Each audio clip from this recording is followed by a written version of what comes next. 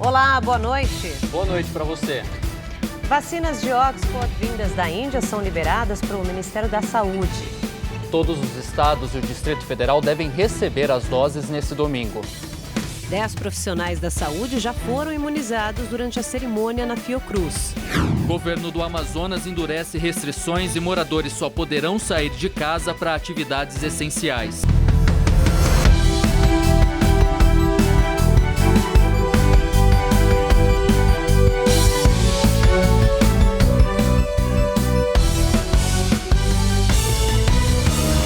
O Tribunal de Justiça do Estado de São Paulo suspendeu a cobrança do IPVA referente a 2021 para todas as pessoas com deficiência que já tinham isenção no ano passado. A decisão foi tomada após as alterações na lei estadual sancionadas pelo governador João Dória, do PSDB. Com as mudanças, apenas deficientes graves e severos que não conduzem o próprio veículo ou utilizam carro adaptado são isentos do imposto sobre a propriedade de veículos automotores. Pessoas com deficiências consideradas leves ou moderadas que conseguem dirigir deixaram de ter direito à isenção. O relator da ação civil pública, ajuizada pelo Ministério Público de São Paulo, reconheceu que a alteração nos critérios cria discriminação indevida entre os motoristas com deficiência e viola o princípio constitucional da isonomia. Em nota, a Secretaria da Fazenda do Estado de São Paulo informou que promoveu alterações nas regras do IPVA para garantir o direito de quem realmente precisa, já que nos últimos 4 anos houve um aumento de mais de 150% no número de veículos com isenção, enquanto o crescimento da população com deficiência foi de apenas 2%. E assim que o Estado for intimado, a Procuradoria-Geral tomará as providências cabíveis. A chuva deixou todas as regiões da cidade de São Paulo em estado de atenção para alagamentos na tarde deste sábado. Córregos transbordaram, houve enchentes na Zona Leste e também na Zona Sul. Segundo o Corpo de Bombeiros, foram mais de 40 chamadas por queda de árvores. Uma delas atingiu carros estacionados. Os sorteios do Festival de Prêmios Realizando Sonhos aqui na Rede TV não param. E você precisa continuar assinando para concorrer a prêmios incríveis, investindo menos de 75 centavos por dia. Todas as segundas-feiras sai um notebook no A Tarde é Sua e de terça a sexta no Alerta Nacional. Aos sábados no Mega Senha você pode ganhar uma viagem no valor de R$8.000 e todo domingo no Encrenca sai um HB20 zerinho. E tá achando que acabou? No final da promoção você pode ser o grande vencedor de uma Mercedes C180. Então corre, se você já é assinante, continue investindo. E caso ainda não seja, acesse agora redetvplus.com.br ou aponte a câmera do seu celular para o QR Code aqui na tela. Você pode usar qualquer cartão de crédito e, se for cliente da Caixa, ainda pode usar seu cartão virtual e pagar no débito. Rede TV News de volta e olha, 2 milhões de doses da vacina de Oxford AstraZeneca, produzidas na Índia, começaram a ser enviadas hoje aos estados por aqui. 10 profissionais de saúde que trabalham na linha de frente no combate à Covid-19 foram os primeiros a receber uma dose da vacina desenvolvida pela Universidade de Oxford e pelo laboratório AstraZeneca. Um dia apenas simbólico, o importante, nós vamos celebrar realmente quando nós tivermos 70% da população brasileira vacinada. Esse é o nosso objetivo, as vacinas todas, para uma epidemia dessa magnitude, nós seguramente precisaremos cobrir uma vasta proporção da população brasileira. Cada pessoa que se vacina fecha uma porta contra o vírus e que isso, além dela, vai acabar protegendo uma pessoa mais na frente, vai acabar salvando uma vida mais na frente. O avião com imunizante fabricado pelo Instituto Serum da Índia pousou no Aeroporto Internacional do Rio na noite de ontem, com uma semana de atraso, e foi batizado com jatos de água pelo Corpo de Bombeiros. A cerimônia simbólica foi acompanhada pela presidente da Fiocruz, Nízia Trindade, pelo ministro da Saúde, Eduardo Pazuello, pelo ministro das Relações Exteriores, Ernesto Araújo, e pelo embaixador da Índia no Brasil, Suresh Reddy, além do personagem Zé Gotinha. Essas 2 milhões de doses, esses 2 milhões de doses, são apenas o início. É o começo do processo. Estamos negociando receber mais doses agora no começo de fevereiro e o IFA necessário para que a Fiocruz comece a produzir até 15 milhões de doses por mês. O nosso país precisa da produção nacional. Essas doses importadas são para dar início ao processo. Na Fiocruz, os imunizantes passaram pelo controle de qualidade, uma exigência da Anvisa. Os frascos ganharam uma etiqueta com informações em português. À tarde, os caminhões com as vacinas deixaram a fundação. Até amanhã, os 26 estados e o Distrito Federal devem receber as doses. 5% delas irão para Manaus. A vacina de Oxford também será aplicada em 2 doses, mas diferentemente da Coronavac, que tem um intervalo entre a primeira e a segunda de 28 dias, esta é de 3 meses. No estado do Rio, o governo planeja usar todas as doses de uma vez só e esperar a Fiocruz fabricar a vacina para aplicar a outra dose nessas mesmas pessoas. É uma vacina que tem uma característica importante para os sistemas de saúde, para a saúde pública, para o nosso sistema universal de saúde, por todas as suas características, né, pela sua eficácia, pela possibilidade de termos esse intervalo de 3 meses cientificamente evidenciado, por ser eficaz na primeira dose, né, e proteger não só 100% em relação às formas graves e à hospitalização, mas também aos casos leves e moderados com 70%. O uso emergencial da vacina foi aprovado no domingo passado pela Anvisa. Para que comece a ser produzida no Brasil, ainda falta um insumo que vem da China. A previsão da Fiocruz é que o primeiro lote fique pronto em março. Após a liberação da Anvisa, o Instituto Butantan entregou mais de 900 mil doses da Coronavac. O segundo lote da vacina, produzido com matéria-prima importada da China e envasado no Instituto Butantan, foi aprovado ontem pela Agência Nacional de Vigilância Sanitária, a Anvisa. No total, foi feito o pedido para a liberação do uso emergencial de 4.800.000 doses da Coronavac. Mas a quantidade foi corrigida pelo Butantan depois do processo de envase, totalizando 4.100.000 doses, 700.000 a menos do que o previsto inicialmente. A Anvisa liberou sexta-feira uma nova autorização para as vacinas do Instituto Butantan. Em menos de 10 minutos após a autorização da Anvisa anunciada ontem, por volta das 16 horas, em 10 minutos nós já estávamos fazendo o primeiro carregamento de vacinas do Butantan para o Ministério da Saúde. De acordo com o Butantan, 900.000 doses já foram liberadas. 700.000 foram entregues para o governo federal e 200.000 para a Secretaria de Saúde de São Paulo. No estado, as doses serão distribuídas aos municípios já na próxima semana. O cronograma do contrato firmado entre o Butantan e o Ministério da Saúde prevê a entrega de 8.700.000 doses da Coronavac até o final do mês. 6 milhões de doses importadas prontas da China, liberadas pela Anvisa no último domingo, já estão sendo aplicadas em todo o país. Agora, o Instituto depende da liberação do envio de insumos da China para a produção de mais 11 milhões de doses. A expectativa do governo é de que isso aconteça até o início de fevereiro. E hoje, moradores de uma comunidade quilombola em Eldorado, no Vale do Ribeira, interior de São Paulo, foram vacinados. Benedita Ferreira da Silva, de 77 anos, foi a primeira quilombola vacinada contra a Covid-19. Ela é lavradora, nascida e criada na comunidade Ivaporunduva. Muita gente que dá com medo de tomar essa vacina. Eu não tenho medo, não. Cerca de 300 quilombolas foram vacinados hoje de manhã. Segundo o governo, as famílias dessas comunidades entraram no grupo prioritário porque vivem em locais com piores índices de saúde e ficam isoladas, longe de hospitais. O governo do Amazonas vai endurecer as restrições na circulação de pessoas a partir de segunda-feira pelo aumento do número de casos da Covid-19. O estado enfrenta ainda muitos problemas com a falta de cilindros de oxigênio. Caminhões tiveram dificuldades no transporte de um novo carregamento na BR-319.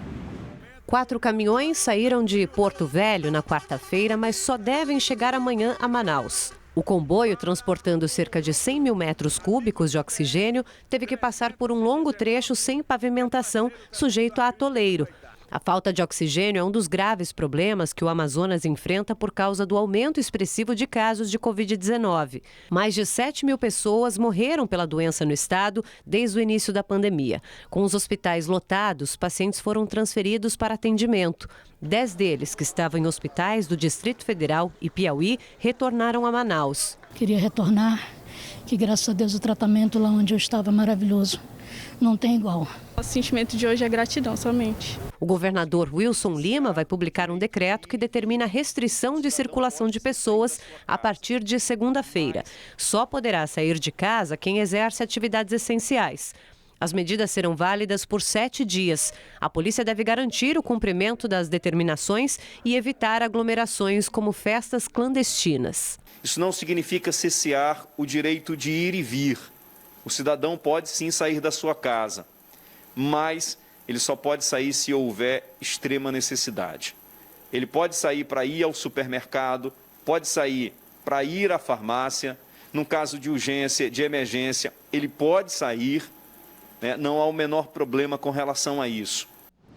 O Procurador-Geral da República, Augusto Aras, pediu que o Supremo Tribunal Federal abra inquérito para investigar a atuação do ministro da Saúde, Eduardo Pazuello, durante o colapso no atendimento a pacientes com coronavírus em Manaus.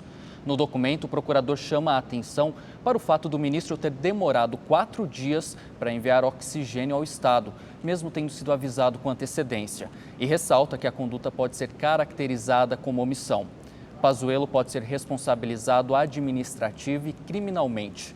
Aras ainda pede que seja acolhido o depoimento do ministro e que a Polícia Federal comece as investigações.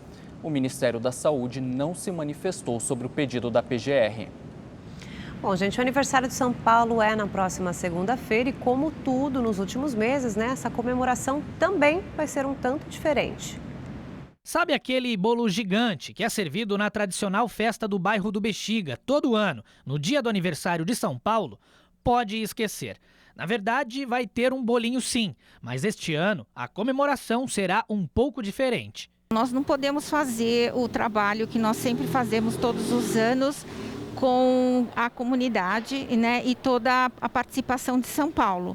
Então, a comunidade inquieta com essa situação, nós acabamos aderindo a novas possibilidades tecnológicas e estamos fazendo um bolo virtual. Solange e o pai, o seu Walter, são donos de uma cantina no bairro e responsáveis pela montagem do bolo, que já foi parar até no livro dos recordes.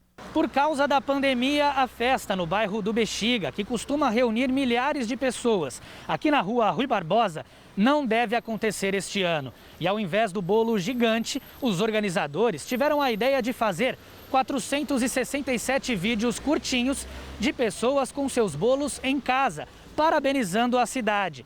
Assim, a festa continua sendo comunitária, mas de forma virtual. Todo ano a Eliana faz questão de ajudar na festa, mas desta vez, como não vai ter o famoso bolo, ela vai colaborar de outra forma. Esse ano ia passar em branco, aí em conversa com o pessoal, por que não fazer os bolinhos no pote? E é uma forma de comemorar. A dona Nice foi a primeira a receber um dos bolos da Eliana e já aproveitou para gravar o recadinho virtual dela. Parabéns, São Paulo, pelos 467 anos. Parabéns. São Paulo continua fazendo aniversário, né? Não parou por isso. Então nós também não podemos parar, né? Depois de gravado, o material vai parar nas mãos do Carlos, que fará a edição do vídeo. Depois vai ser exibido pela internet, exatamente ao meio-dia do dia 25. É um trabalho que deixa a gente muito contente, por saber que muita gente se engajou em mandar esse parabéns para São Paulo, já que a gente não pode ir para a rua para comemorar o aniversário lá na Rui Barbosa. E vai estar tudo lá no nosso site do Portal do Bexiga. Mesmo diferente, o aniversário da maior cidade do Brasil não deixará de ser comemorado. Parabéns, São Paulo! Com a pandemia, muitos brasileiros têm passado mais tempo em casa. O resultado é que nessa época de calor, as vendas de ar-condicionado aumentaram bastante. Gui, só que é preciso ficar atento aí para não levar aquele susto na hora que chega a conta de energia, né? Com o calorão, os aparelhos de ar-condicionado viraram sonho de consumo para muita gente. Na pandemia, o Paulo tem passado mais tempo em casa com a família. E aí não pensou duas vezes. A última aquisição que fizemos para que o ambiente continuasse saudável foi a aquisição de um aparelho de ar-condicionado e que tivesse também as especificações na questão de consumo, baixo consumo e ecologicamente correto. O equipamento já faz parte de 25% dos lares brasileiros. O Rio de Janeiro é o estado campeão de instalações. Isso sem falar nos estabelecimentos comerciais. Quase todos têm um. Os representantes do setor estão otimistas com a disparada nas vendas. A Brava estima que para 2021 o setor em volume de vendas deva crescer entre 5% a 10% e com isso ter um bom ano de vendas e de crescimento no setor de ar-condicionado. Mas a temperatura mais agradável em casa pode resultar em um custo mais elevado no orçamento. Afinal, o consumo de energia de um ar-condicionado é 10 vezes superior ao de um ventilador. E aí, o que fazer para conseguir se refrescar e controlar os gastos?